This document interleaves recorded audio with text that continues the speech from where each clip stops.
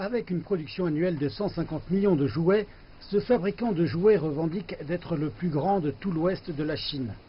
Topwin Toy Chongqing compte des chaînes mondiales de restauration, des compagnies de biens de consommation courante et des compagnies de loisirs parmi ses clients. Depuis que cette usine a commencé à produire à tour de bras des jouets il y a 10 ans, les exportations ont représenté près de la moitié de ses ventes, débouchant dans 180 pays et régions. Et ce n'est pas avant 2018 que sa compagnie a décidé de pénétrer le marché local. Les ventes intérieures représentent à peine 5% du revenu total de la compagnie et il est difficile d'accroître cette part. Notre objectif est que le marché intérieur représente 30% du total de nos ventes d'ici 2021 et jusqu'à la moitié de notre total des ventes dans les 5 prochaines années.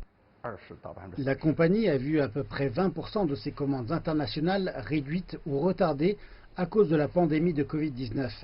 Mais ce repositionnement vers le marché intérieur a été décidé bien avant la pandémie de coronavirus et le différend commercial sino-américain. Au cours des 2 ou 3 dernières années, nous avons remarqué que la croissance du marché international s'était ralentie. Nous avons donc commencé à nous focaliser sur le développement de nouveaux produits pour le marché intérieur afin de compenser le ralentissement de nos commandes à l'exportation. La Chine est à présent le deuxième plus gros exportateur de jouets après les États-Unis.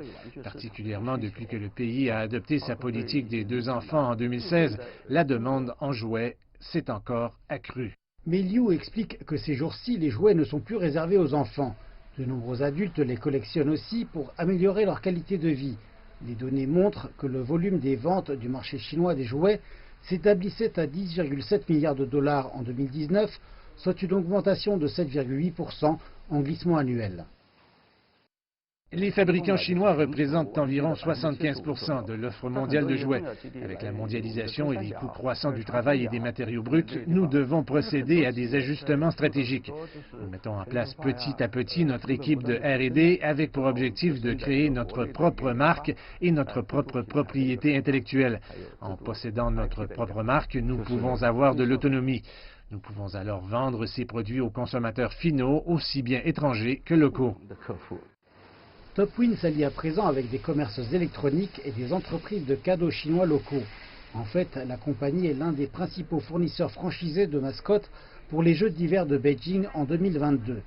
La compagnie a vu ses revenus doubler au cours des 4 dernières années, atteignant 360 millions de yuans au cours de la dernière année fiscale. Dans ce parc industriel écologique, nous n'occupons présentement que 70 000 mètres carrés de surface et envisageons d'augmenter à 300 000 mètres carrés au cours des prochaines années. Nous envisageons aussi de faire passer notre personnel de 2 000 actuellement à 10 000. Ce sont de grands rêves, alors que la compagnie cherche à puiser dans l'industrie à peine florissante du cadeau et du jouet chinois, et ceci indépendamment des différences culturelles dans la gestion des commandes étrangères et domestiques.